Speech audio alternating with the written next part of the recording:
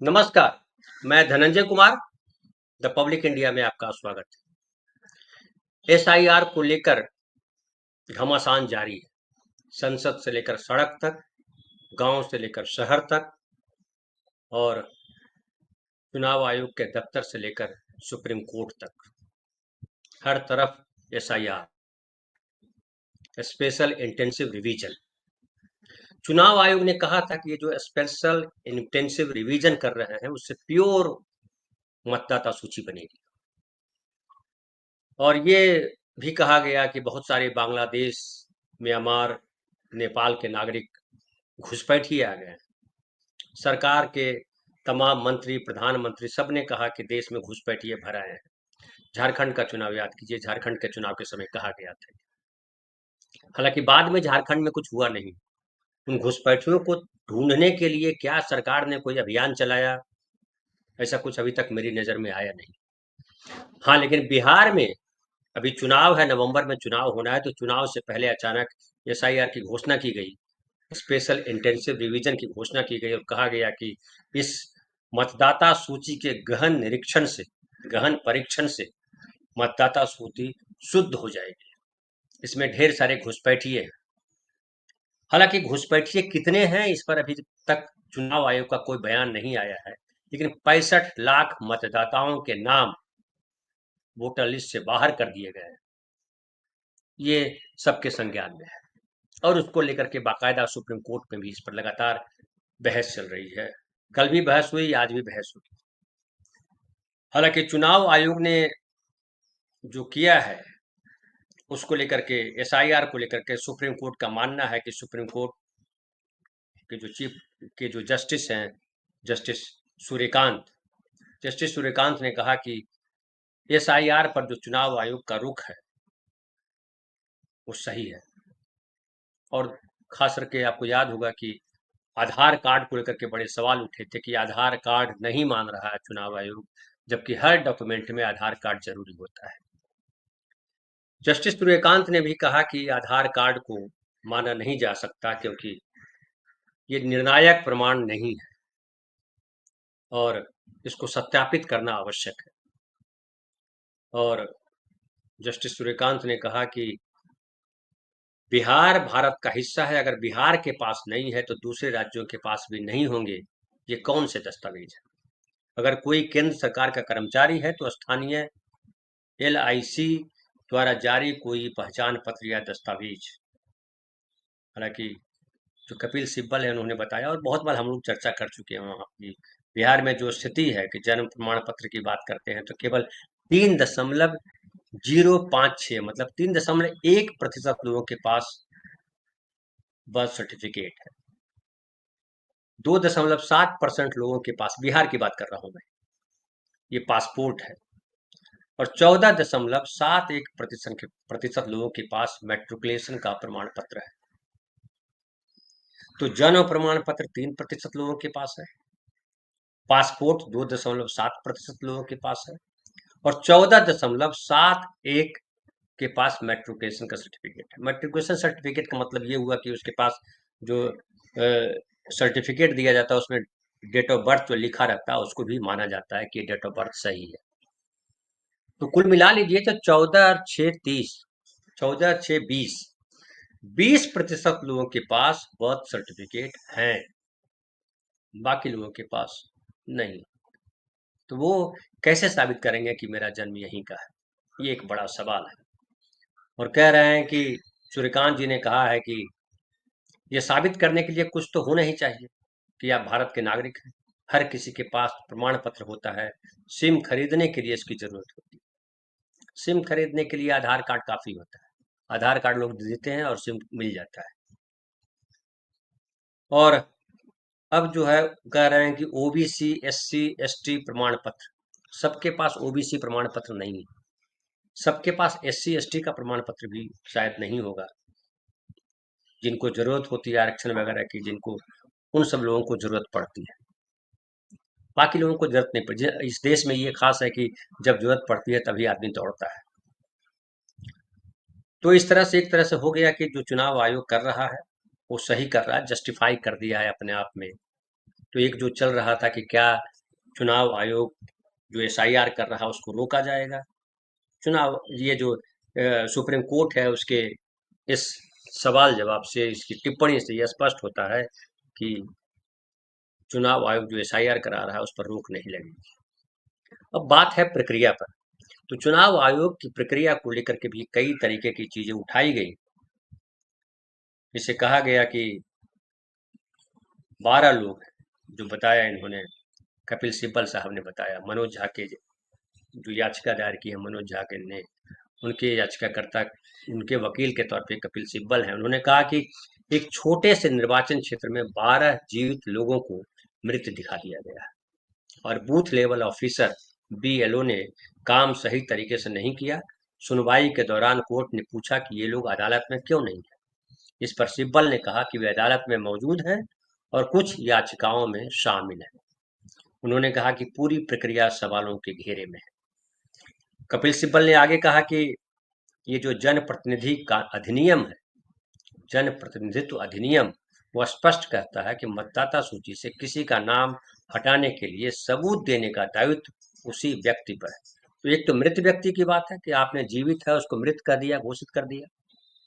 हालांकि कहा है कि आप जो है प्रमाण दीजिएगा तो उसको सॉल्व कर लिया जाएगा। मतलब जो गलती हुई है ये चुनाव आयोग से, उस गलती को ठीक कर लिया जाएगा। आप वो गलती दिखाइए, इस पर भी बात करेंगे हम। लेकिन इसको भी दूसरा पॉइंट जो है ये समझ लीजिए, इसमें कह रहे हैं कि अगर जिसका नाम हटाया गया है उसके लिए सबूत देने का दायित्व उसी व्यक्ति पर है जो आपत्ति उठा रहा है कि ये भारत का नागरिक नहीं है। उसे मृत्यु, पता बदलने, नागरिक न होने आदि का प्रमाण पत्र देना होगा। ये जनप्रतिनिधित्व अधिनियम कहता है। ये कपिल सिब्बल कह रहा है। आप मुझसे मेरे दस्तावेज नहीं मांग सकते क्योंकि सबूत देने की जिम्मेदारी आपत्ति करने वाले की है।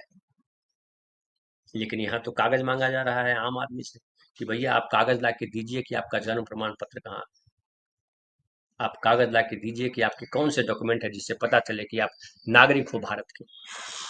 तो जो ये कपिल सिब्बल कह रहे हैं जो मांगा जा रहा है, दोनों में अंतर है। लेकिन चुनाव आयोग जो कर रहा है उसको जस्टिफाई किया है। तो बहरहाल, तो ये जो कपिल सिब्बल जो कह रहे हैं कि प्रतिनिधित्व अधिनियम क्या कहता है, और जो चुनाव आयोग कह रहा है कि आप दस्तावेज दीजिए नहीं तो आपका नाम वोटर लिस्ट में नहीं रहेगा। अब कहा जा सकता है कि वोटर लिस्ट में नाम नहीं है, इससे क्या होगा, वोटर लिस्ट का प्रमाण थोड़े नागरिकता प्रमाण पत्र है, इसलिए वोटर लिस्ट में नाम आपका नहीं रहेगा अगर आपने नहीं दिया तो। कपिल सिब्बल ने यह भी कहा कि संवैधानिक प्रावधानों की अनदेखी हुई और बीएलओ मनमानी कर रहे हैं। अब इसमें भी देखिए पेंच है। बीएलओ कौन है? बीएलओ है वो छोटे कर्मचारी होते हैं, वो शिक्षक होते हैं लोकल, या और दूसरे कर्मचारी होते हैं। उनको ऊपर से आदेश देता है, बीडीओ आदेश देता है, या एसडीएम आदेश देगा, या कलेक्टर आदेश देगा, या चुनाव आयोग के जो रिटर्निंग ऑफिसर हैं वो आदेश देंगे। और उन आदेश का अगर पालन नहीं करेगा तो नौकरी पे आफत है, पालन करेगा, गड़बड़ी हुई तो आफत है। तो मतलब जो कमजोर हैं, जो छोटे हैं, उनको कैसे शिकार बनाया जाए, ये हमारी पूरी व्यवस्था में आप देखिए दिखाई पड़ता है। कपिल सिब्बल साहब भी उन्हीं को बता रहे हैं कि ये बीएलओ मनमानी कर रहा है, बीएलओ मनमानी कर रहा है या मनमानी करवाया जा रहा है कि नहीं ऐसे करो। ढेर सारी खबरें आई जिसमें आया कि जो है ऊपर के ऑफिसर ये फोन पे मौखिक आदेश दे रहे हैं कि ऐसा करो, नहीं करोगे तो सस्पेंड कर दिए जाओगे, फला कर दिए जाओगे। कोई उसकी सुनने वाला नहीं। ये भी समझिए अपने समाज की पेंच, और ये कानूनी प्रक्रिया में किस तरह से कमजोर लोगों को फंसा लिया जाता है और कैसे ताकतवर लोग बच जाते हैं। ये भी इसका सबूत है जो कपिल सिब्बल कह रहे हैं कि संवैधानिक प्रावधानों की अनदेखी हुई, बीएलओ मनमानी कर रहे हैं। अब ये कह रहे हैं सुप्रीम कोर्ट ने कहा है कि आप नागरिक नहीं है, यह साबित करने की जिम्मेदारी अथॉरिटी की है। सुप्रीम कोर्ट भी कह रही है तो साबित करे क्या नहीं है। लेकिन चुनाव आयोग का काम यह नहीं है साबित करना। चुनाव आयोग का काम है कि भैया आप ये कागज नहीं दिए हैं, आपका वोटर लिस्ट में नाम नहीं है, आप नागरिक हैं कि नहीं है वो साबित करते रहिए होता जाकर के, आप वोटर लिस्ट में शामिल नहीं होंगे, ये चुनाव आयोग कह रहा है। अब ये पेच समझिए, मैं इसको और आसान करके समझाऊंगा आपको। फिर चुनाव आयोग ने यह भी कहा कि इतना ढेर सारी गड़बड़ियों की खबर आ रही है, एक ही घर में 50 लोग हैं, एक घर में 250 लोग हैं, एक घर में फलाना है, तो वो मरे हुए हैं तो भी वोटर लिस्ट में नाम है, वो जिंदा है तो मार दिया गया है वोटर लिस्ट में। कई तरीके, मतलब जितने तरह की परेशानियां हो सकती है वो सारी परेशानियां हैं। ढेर सारे लोगों को बता दिया गया बिहार में नहीं है, वो बिहार से बाहर चले गए। घर बंद पाया गया, और बाहर घर बंद पाया गया कि नहीं पाया गया ये भी नहीं कहा जा सकता। कागज पे लिखा घर बंद बंद पाया गया, घर बंद पाया गया मतलब चला गया कहीं, ये मान लिया। अरे आज आजकल सिंगल फैमिली है, घर बंद कर करके 10 दिन के लिए ससुराल भी चला जाता है, मायके चली जाती है महिला, कहीं और चला जाता है। घर बंद होने की कई स्थितियां हैं, लेकिन खैर ठीक। अब कह रहे हैं कि जो जिसमें गड़बड़ी हुई है वो आकर के सुधार करवा सकते हैं। सुधार कराना इतना आसान है इस देश में? पता नहीं, सुप्रीम कोर्ट को शायद नहीं पता हो, उनका काम फुट से आसानी से हो जाता हो। लेकिन मैं जानता हूँ सुधार कराना आसान काम नहीं। मैं खुद अपना उदाहरण, मेरा वोटर लिस्ट में नाम बार बार गलत डाला गया। अभी पिछला जो है बता दिया गया कि चेंज हो गया, एड्रेस चेंज के लिए हमने दिया था, तो वहाँ नया जो हमारा कार्ड आया उसमें मेरा सरनेम ही बदल दिया। मेरा चेहरा है, मेरा सब कुछ है, लेकिन वो नाम मेरा करेक्ट नहीं। तो मैं क्या करूँ? मैं फिर वहां जाऊं तो बीएलओ से जाएंगे। मैंने ऑनलाइन किया था, ऑनलाइन किया तो बीएलओ के पास भेजा गया, बीएलओ ने मुझे सब डॉक्यूमेंट दिया मैंने, उसके बाद उसने जो मेरे पास कार्ड आया वो ये आया। क्या करें? अब जो चुनाव आयोग के वकील हैं राकेश द्विवेदी, वो कह रहे हैं कि ये ड्राफ्ट रूल है और जिन लोगों को आपत्ति है वे आपत्ति दर्ज कर सुधार के लिए आवेदन कर सकते हैं। जो मैं कह रहा था इतना आसान है? हर जगह भीड़ है, हर जगह बेईमानी, बदमाशी, लापरवाही। लापरवाही तो इतना कूट कूट के भरा हुआ है कि पूछिए मत। ये जो मिंता देवी का जिक्र आ रहा है कि मिंता देवी के 124 साल की उम्र है, कार्ड में आ रहा है, मिंता देवी का वीडियो वायरल हो रहा है। मिंता देवी ने कहा कि मेरी उम्र जो है 24 साल, 1990 की पैदाइश है। और मैंने कार्ड देखा, बाद में अभी देखा तो मुझे पता चला कि मेरे बारे में देश भर में हल्ला हो रहा है कि मिंता देवी की उम्र 124 साल है और पहली बार वोट दे रही जा रही है, पहली बार मतदाता सूची में उसका नाम आया है। अब वो उसकी उम्र 90 की है, 25 से 24 साल की है। 24 साल की महिला का 124 साल कर दिया गया। वो क्या हुआ? स्लिप ऑफ पेन है, या कहिए कि जो टाइप कर रहा होगा 1 2 4 लिख दिया। अब उसको पहले रिवीजन तो सही मायने में उसी को करना चाहिए कि डॉक्यूमेंट से फिर रिवाइज रिवाइज करो, लेकिन कहाँ इतनी फुर्सत है। यहाँ तो ढक फटाफट फटाफट सुप्रीम कोर्ट के सामने रखना है कि हम देखिए कितने कर्तव्यनिष्ठ, हमने तय समय के भीतर कर दिया। भले उठ पटांग कर दिया, आप करेंगे 10 साल तक होता रहेगा, अपना जिसका जिसका नाम गलत है वो ठीक कराएगा, उसका टेंशन हमको क्या करना है, हमने तो भर दिया सब फॉर्म। ये है चुनाव आयोग का अप्रोच। दुर्भाग्य की बात है कि सुप्रीम कोर्ट जो एक दूसरे जो बेंच है उसने कहा है, आज ही मैं पढ़ रहा था, सुप्रीम कोर्ट की उस बेंच ने कहा जिसमें गवई साहब है कि हम नागरिकों के संरक्षक हैं। एक तरफ नागरिकों के संरक्षक होने की बात सुप्रीम कोर्ट के जजेस कर रहे हैं, चीफ जस्टिस कर रहे हैं, दूसरी तरफ नागरिकों को किस तरह से परेशान किया जाए वो चुनाव आयोग बता रहा है उपाय, और उसी चुनाव आयोग को डिफेंड कर रहे हैं सुप्रीम कोर्ट के जजेस। एक ही जगह कितने रंग हैं। हमारे गांव में कहावत, मुंडी मुंडी मतिर भिन्ने, मतलब हर आदमी का अलग अलग, जितने लोग उतनी बात। क्या न्याय भी ऐसे ही होता है? जितने लोग उतने बात पे न्याय होता है? हमने तो सुना न्याय का जो है तय पैमाना है, तर्क पे न्याय होता है। न्याय व्यवहारिकता पे होती है, व्यवहारिकता पे हवा में न्याय नहीं होता है, कल्पनाओं में न्याय नहीं होता है। लेकिन जिंदा आदमी मरा हुआ साबित हो जाता है, मरा हुआ आदमी जीवित साबित होता है। ये कल्पना लोक है या न्याय लोक है, ये बड़ा सवाल है। और ये जितनी आसानी से वकील कह रहे हैं कि नाम चेंज करा लीजिए, या जिनको आपत्ति है वो दर्ज करें और सुधार के लिए आवेदन करें, ड्राफ्ट रोल में कुछ कमियां होना स्वाभाविक है, इसलिए सुधार की प्रक्रिया और अवधि तय कर दी गई है। अवधि भी तय कर दी गई।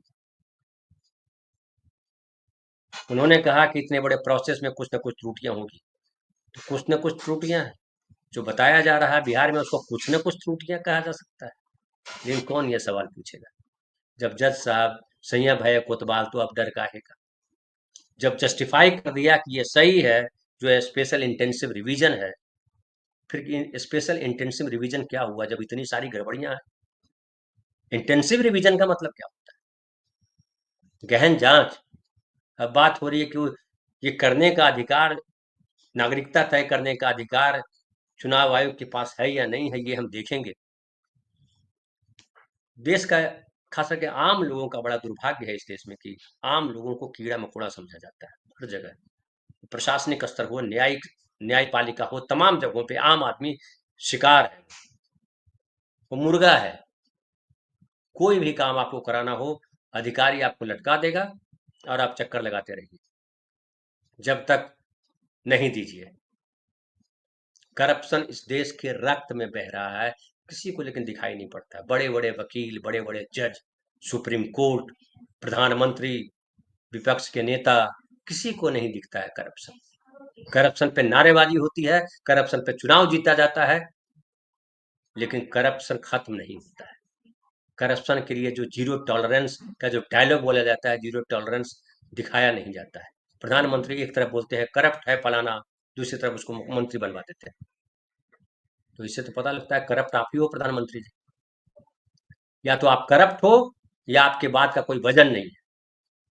अजीत पवार करप्शन के चार्ज में फंसाए थे, आपने ही आपने आरोप लगाया था, और वही अजीत पवार वित्त मंत्री है महाराष्ट्र के, दूसरी बार बनाए गए आप ही की सरकार में। कौन झूठ, तब झूठ था या अब झूठ?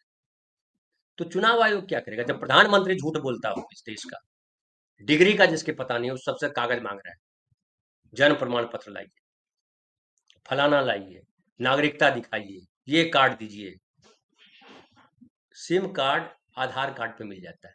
जस्टिस साहब कह रहे हैं कि सिम कार्ड मिलता है पता नहीं कौन से कागज पे। क्या बोला जाए? ज्यादा बहस कीजिएगा तो बंद कर देंगे, उनके पास राइट है। बंद करो इसको, बंद हो जाएगा, टेटुआ दब जाएगा। और ये कहेंगे कि हम न्याय कर रहे हैं, ये कहेंगे कि हम संविधान के संरक्षक। संविधान के संरक्षक होने का मतलब होता है जो इस देश का सबसे कमजोर आदमी है उसके साथ खड़ा होना। लेकिन क्या ऐसा है इस देश में कि जो न्यायपालिका हमारी है, सेशन कोर्ट से लेकर सुप्रीम कोर्ट तक, क्या कोई गरीब आदमी, कोई आम आदमी उसकी देहरी पर पहुंच सकता है? जो सबसे कमजोर आदमी है उनकी देहरी तक जा सकता है? मुखिया तक नहीं जा सकता, दरोगा तक नहीं जा सकता, विधायक तक नहीं पहुंच सकता। हर जगह दुरदुराहट है, हर जगह नफरत है। कुत्तों के लिए मोमबत्ती निकलती है, कुत्ते न मारे जाएं, कुत्तों के साथ ऐसा न किया जाए, इंसानों के साथ कुछ भी किया जाए। मैं एक देख रहा था वीडियो, बड़ा भयावह वीडियो था, देश सिहर गया है। एक छोटा बच्चा है, 3-4 साल का, 3 साल का बच्चा है, सड़क पे चला जा रहा है, ढेर सारी गाड़ियां हैं, शहर है, कहाँ का है मुझे नहीं पता, शहर है, ढेर सारी गाड़ियां हैं, और एक छोटा सा बच्चा, 3, 3.5, 4 साल का बच्चा जा रहा है। 4-5 कुत्ते आ जाते हैं और उसको झोल देते मतलब नोच देते हैं। और कोई वीडियो बना रहा है, कौन बना रहा है मुझे नहीं मालूम, कौन से देश का ये, कौन सा देश है ये? कोई वीडियो बनाने वाला तो पहले दौड़ के जाता उसको बचाने के लिए, वीडियो बनाना जरूरी था? कितना शर्मनाक। हम ऐसे समाज में जी रहे हैं, इतना नीच समाज है ये। इस समाज के नाम पर थू करना चाहिए। और हम कहते हैं देश के, दुनिया के सबसे बड़े लोकतांत्रिक देश में, हम कहते हैं कि हमारे यहाँ न्यायपालिका है, हमारे यहाँ इतना बढ़िया संसद है, हमने सब इतना बढ़िया संविधान बना दिया, हम बड़े धार्मिक लोग हैं, बड़े सहिष्णु लोग हैं। ये है धर्म, ये है न्याय, ये है सहिष्णुता, ये है इंसानियत, ये है लोकतंत्र, ये है संविधान। शर्म आती है। आप जब ट्विटर पे जा, आप कहीं नहीं जाना, आप घर पे ट्विटर पे देखिए कैसे कैसे वीडियो आते हैं। बिहार के एक अस्पताल का आया कि किस तरह से जो है वहां डेड बॉडी को घसीट करके ले जा रहा है सीढ़ियों पर से छत पर, पोस्टमार्टम के बाद नंगा, लोग देख रहे हैं। एक और वीडियो देखा कि मोटरसाइकिल पे एक आदमी जो है स्कूटी पे अपनी मरी हुई बीवी को लेके जा रहा है। शर्म आती है किसी को? न सुप्रीम कोर्ट को शर्म आती है, नहीं दिखता है सुप्रीम कोर्ट के जजेस को, नहीं दिखता है देश के प्रधानमंत्री को, नहीं दिखता है किसी नेता को, न प्रशासन को, कलेक्टर साहब को भी नहीं दिखता है, जो हेल्थ मिनिस्टर है उनको भी नहीं दिखता है। पैसा सबको दिखाई पड़ता, अपनी नौकरी सबको दिखाई पड़ती है, कहाँ सम्मान हो रहा है वो सब दिखाई पड़ता है, लेकिन किस तरह से वो लाशों के ढेर पे खड़े हैं वो लाशें नहीं दिखती है। शर्मनाक। राहुल गांधी कह रहे हैं कि हम जाएंगे बिहार यात्रा करने। क्या, कितनी यात्रा कीजिए, क्या क्या यात्रा कीजिए? 50 जिलों में यात्रा करेंगे, हम बात करेंगे इस पर, कल बात करेंगे, लेकिन ये बड़ा दुखद है, बड़ा घटिया समाज में रह रहे हैं।